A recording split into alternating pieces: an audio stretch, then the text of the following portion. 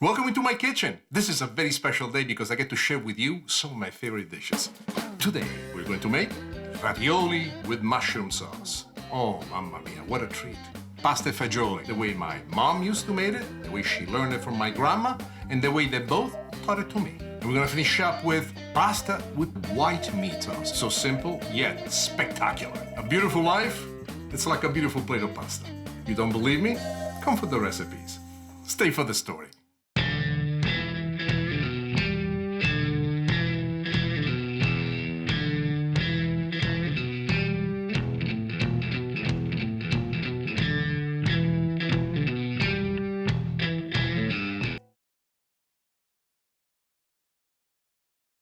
How do you explain to somebody the meaning of pasta? I love pasta so much, if I don't eat it at least once a week, I suffer. Pasta is more of a depiction of a condition of us as happy people, as Sicilians. But pasta is also the skillfulness that shows how somebody of modest means can take the flour, the egg, the water, the oil that makes the pasta, and mix it together with a sauce. And when combined together, these dishes, in my opinion, are even more spectacular what one could get at the best of all restaurants in all of Rome or all of Paris, for that matter.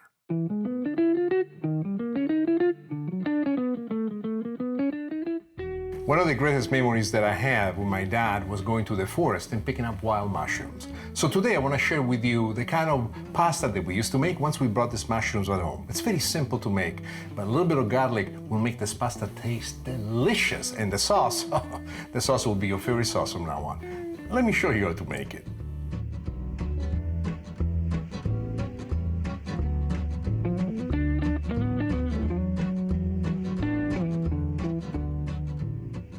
Mushroom pasta. Why do I love it? Very simple. First, it reminds me of my days with my mom, my dad, my brother. We used to go to the forest of the Ficuzza in the central part of Sicily and hunt for wild mushrooms. Wild mushrooms also are my favorite dish, and my wife absolutely adores it. Let me show you exactly what I intend to do and how we get there. Some of these rules cannot be broken. Red pepper flakes. Why am I doing this? I want to have a significant amount of spice into it, but I want the olive oil right now to be the carrier of the spice. Once the oil gets nice and hot, that is the point when we want to add the mushrooms. Now, what mushrooms are we going to use? You can use any mushrooms you want. Whatever access you have to fresh wild mushroom is great. I'm using beach mushrooms and shiitake mushrooms. They are very easy to find. It's very easy to cook them. The first thing that we're gonna do is add our beach mushroom. Here they go. What I love about these mushrooms is this fantastic shape that they have. And they maintain it. It looks like somebody put a whole big mushrooms into the refrigerator and shrunk it down. That's what I find appealing. Also, the flavor is superior. Sliced shiitake mushrooms. About the shiitake, do not use the stem. You can't. The stem is so hard, it's like a piece of wood. So one of the things that you need to do when you slice them, get rid of the stem, and then just slice the cap. Trust me, I made many mistakes before. That stem is not easy to digest.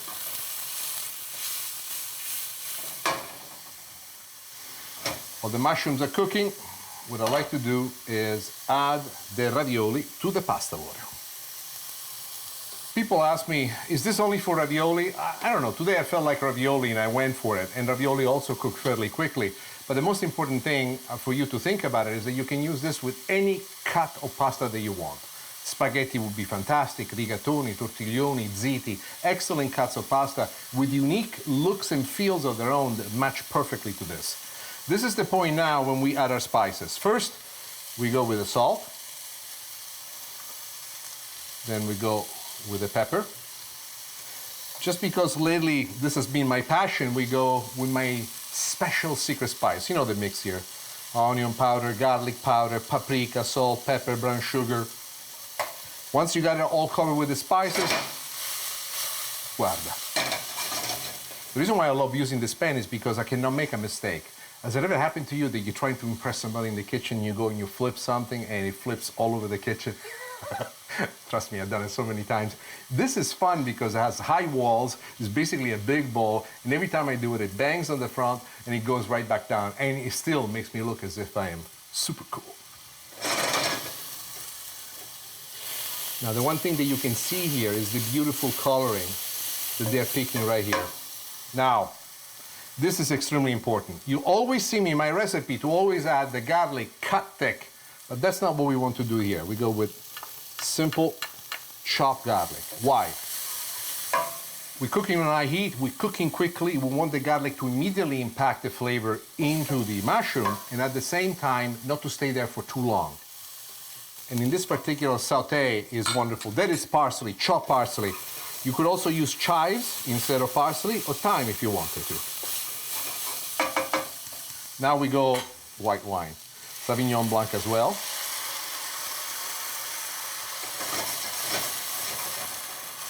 Next thing we do, chicken stock. And a little bit of cream.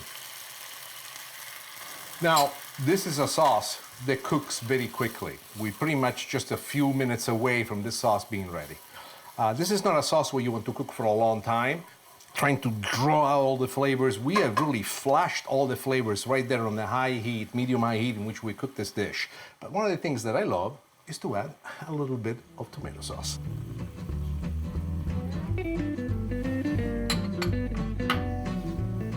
The tomato sauce changes the color slightly. This color that you see, pinkish color, is also known as cardinal red.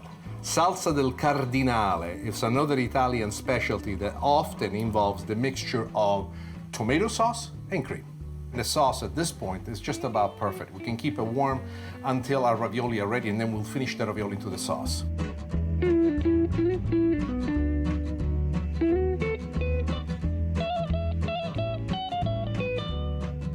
Mamma mia!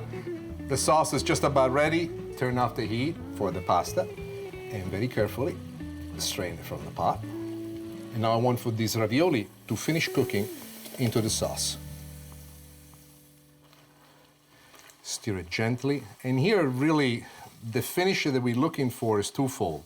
Not only we want for the ravioli to finish cooking into the sauce, and look how much they've plumped up and how much they've absorbed of this already, but also we want for the sauce to penetrate all the layers of flavors that it has created inside the structure of the pasta itself. This is our purpose.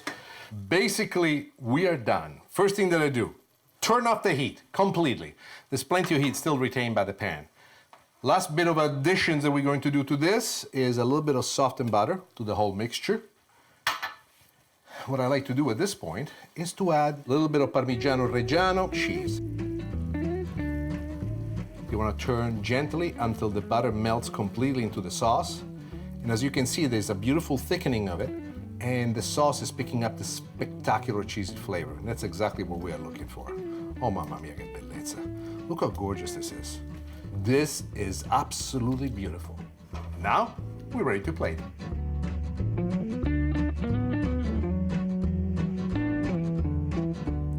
Mushroom pasta. Who would have thought that all these years going mushroom hunting with my father, I would have learned a recipe like this to eventually teach to my friends and my family. I am so proud of this dish. I'm proud of this dish because it connects me to my past, but also has a series of evolvement that I made in my mature age to get to this point. This is more than pasta. This is love on a plate. And there it is. This is how you make wild mushroom pasta. In this case, ravioli. I am not the smartest businessman who ever lived. I am not as rich as I would like to be, but I'm a very lucky man who is far richer than he expects to be, because if there's a plate of pasta to be cooked, this hands, this brain, and this heart, they put together masterpieces.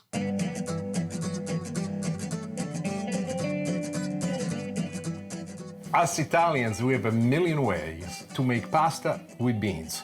Up in the north, they call it pasta fagioli. Down south, pasta fazool. It's fantastic. It's a meal in which in a single pasta bowl you have everything that you would want. Your beans, your meat, sausage in this case, and of course pasta. It's delicious, especially on a cold winter night. Let me show you how to make it.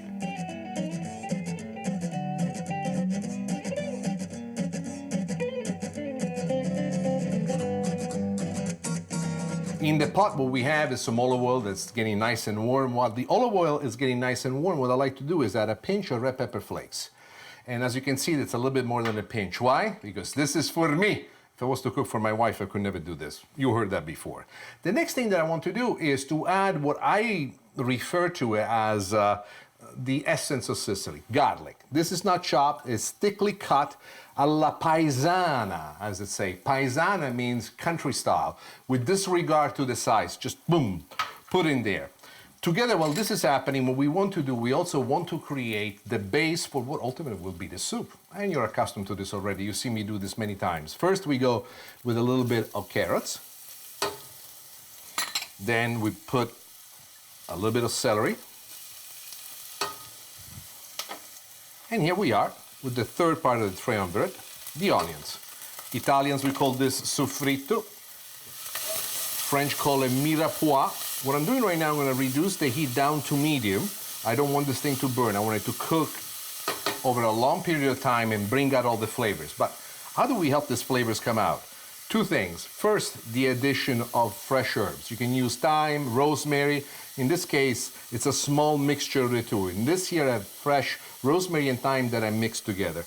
I love it because they marry wonderfully well, both with the sausage and as well with the beans. The beans in itself also, you can use any kind of beans that you want. In this case, I'm going to use cannellini. It's got a cute name, they're white and they're beautiful. Now, let me continue with a couple of more additions. These are not typical of pasta fagioli, but I like it because they bring color. So I'm going to go with yellow pepper and some green pepper.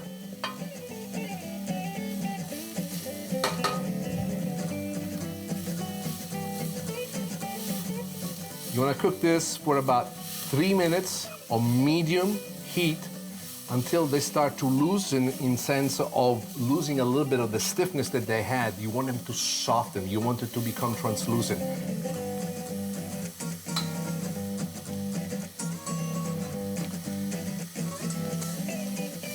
Few moments have gone by, and now is the time for us to add the sausage. This is Italian sausage. The kind of sausage that I chose is spicy sausage.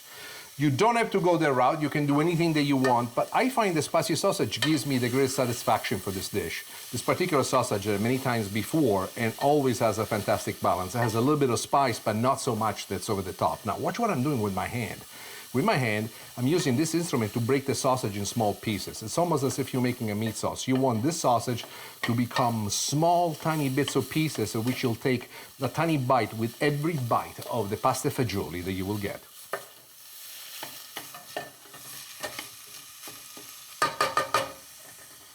As you can see, we have exactly the consistency that I wanted. This is already starting to look as the base for a meat sauce.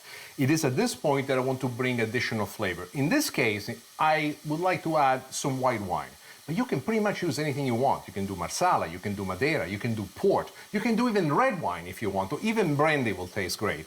But a little bit of the wine needs to be in there to stay true to its Italian tradition. So here we go with the wine. And as we do that, we keep stirring to incorporate all the ingredients together. And you want to cook this until at least half of the volume of the wine will have evaporated.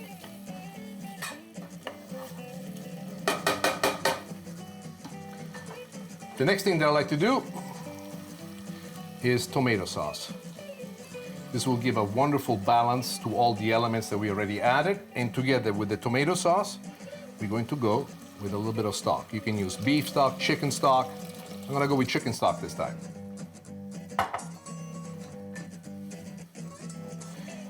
Now, I want you to increase the heat a little bit and bring it to a boil. Once a soup reaches a gentle boil, I like to reduce the heat from high to medium high. And in the process of this, I like to make the two key additions to this dish that give the dish its name. First, we're gonna go with the beans. One thing that I do different than most of the recipes that you've seen before, I do not like to put nor the water in which the beans are cooked, if you make this from scratch, or the water in which the beans are packed, if you are taking this from a can. By the way, canned beans work extremely well in this, and also cuts on the amount of time that you need. Cooking beans is not a difficult thing, but it requires quite a few hours. So I often refer to good brands of canned beans that I like, that I trust. As I mentioned to you before, I'm using white beans just for a preference of the whole combination of colors in here, but any kind of bean, including black beans if you want to, they will have a slightly different flavor from what this is, but it's the consistency on how the beans react together with the pasta and with the sausage. Talking about the pasta, here comes the surprise. Watch this. You've seen this pasta before, I'm sure, many times. We call this cut ditellini, which means little fingers. And what this pasta has is the ability to slightly expand within the cooking of this and marry extremely well together with the beans and the rest of the ingredient. Now, what I want to do is for the next 10-15 minutes on a medium-high heat, we want to let this reduce somewhat, and we want for the pasta to cook well within the context of this.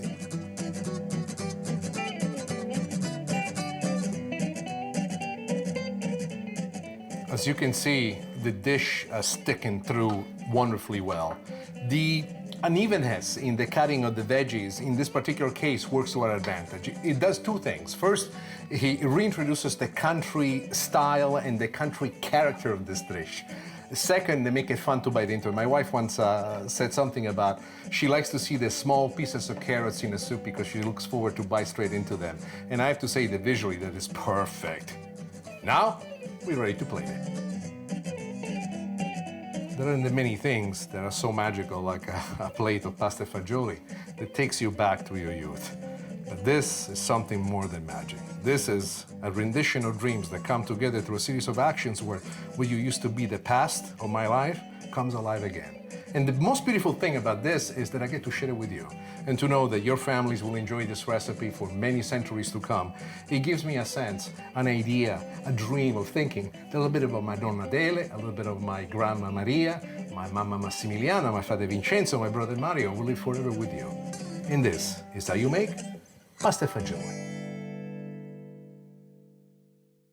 There's a skillfulness in understanding the making of a sauce, being a cream-based sauce, being a tomato-based sauce, or how you connect it with the meat, how you get it together with the ingredients, how you bring it slowly into this one place in the middle where the pasta and the sauce are no longer two different things, but they become one.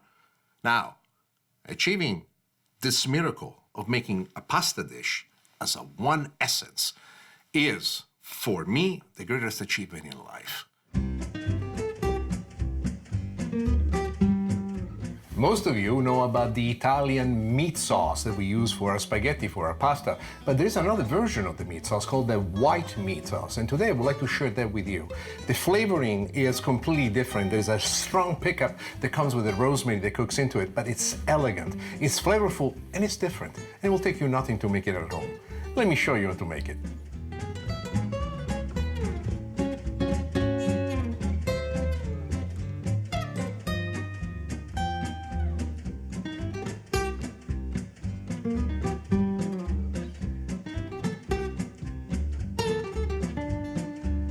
In the pan, what we have is olive oil. It's getting nice and hot. To the olive oil, we're going to add a little bit of garlic. I like to add it thick for the simple reason that this is going to reduce over a certain period of time. And if you were to add it already chopped, especially at this point, the garlic would actually start to burn. The next thing that I do, just for a little bit of flavor together with the garlic, we add some red pepper flakes. Now, the oil has not come to hot temperature yet, and this is an advantage because it allows you, doing this technique by adding it when it's just starting to get warm, you get to see how the oil is and how it gets warmer and how the ingredients react. You say, Nick, why? Well, let me explain to you why. This gives you control. This gives you the ability of not relying on some super hot oil coming back at you and splashing back and burning your ingredient. This, on the other hand, allows you to see what the temperature is and how to take to the temperature that you want. Now that everything is starting to sizzle like that, we add our ingredients. The base, as always, starts with carrots, onions, and a little bit of celery. We stir this about just for a couple of moments until they start to soften. To make this a complete sauce, we need to add other elements to it that bring it up. So we go with the basil, parsley, sage. All of these elements are extremely important because as they cook into the base of our sauce, are exponentially growing all these layers of flavors. And the flavor that will be imparted onto the meat through this base is significant. At this point, always go with a little bit of salt, a little bit of pepper. This is something that you never see me use before in this form. Usually what I like to do is to take small pieces of bacon and add it to the base, because the bacon really enhances the sauce and the flavoring of everything. In this case, instead, I have done something completely different. I've taken 2 slices of bacon, I put it into a food processor, and basically I've shredded them almost to a cream-like state. This is what it looks like.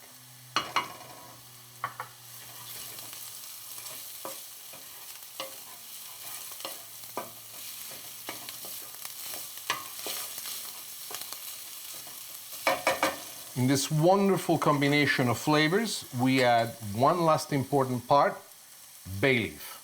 You will not believe that a small bay leaf like this can add so much flavor, but bringing it in, it starts to toast up and it blooms the flavor into the sauce.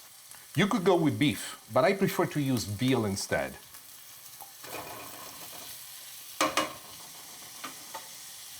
Once you add the veal to it, I want you to stir and break it up. What we want to achieve is try to break in as many smaller pieces as we possibly can. These pieces, the ground meat that we're trying to break down in small little grain, is the essentiality in terms of protein for this dish. What I love in this process is that both the veggies and the meat have combined into an amalgamated form. And this truly is what I love, because it's no longer the meat, the veggies, the spices, everything is one. It's a big hug. It's like a family.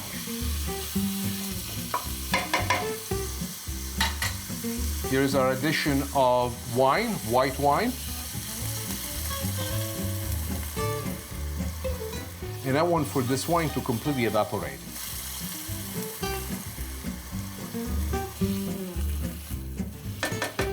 The next addition we're gonna make is chicken stock. I have cooked at this point to medium-high heat. It gets at this point that I want to wait to see a soft rolling boil. Guarda che bellezza. For those of you that don't speak Italian, mamma mia, guarda che bellezza simply means, holy moly, mamma, look how beautiful this is. At this point, we reduce the heat to low, to a simmer. We want for this sauce to come to the perfect reduction. It will take anywhere between 15 to 25 minutes, depending on how much you want to reduce it. So let's wait for this to get to the right texture, and then we'll finish it up.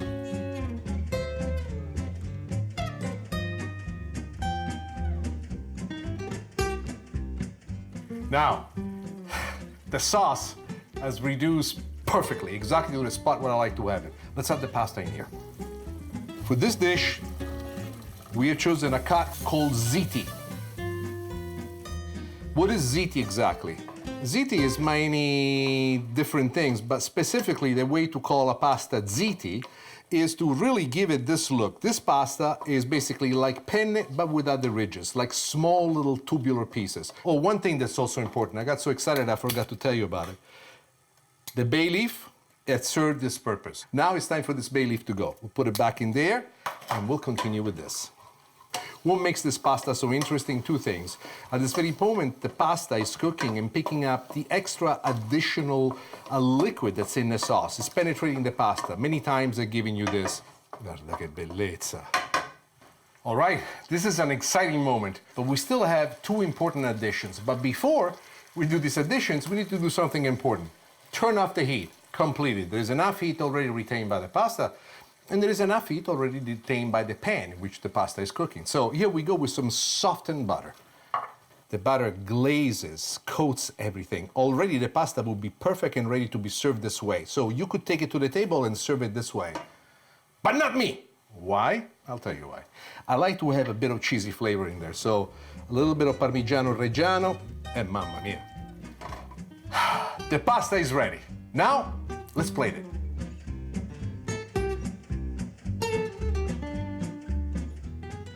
When I look at this pasta, I see my youth. I see many of the things that my mom used to make. I see some of the thoughts and the ideas that I've evolved with and my ability to incorporate inside my cooking these novel ideas that I learned by looking at others. But this pasta with white meat sauce is a masterpiece, a trip down memory lane, but it makes you smile. Yes, pasta is happiness. And this is how you make pasta with white meat sauce. My joy is not to be the one and only one that does it. My joy is to teach people how to make it because I want them to see what I see. I want them to feel what I feel. Joy, in general, is contagious. And there's nothing more joyful than a plate of pasta. To cook my favorite dishes today, come with me to my...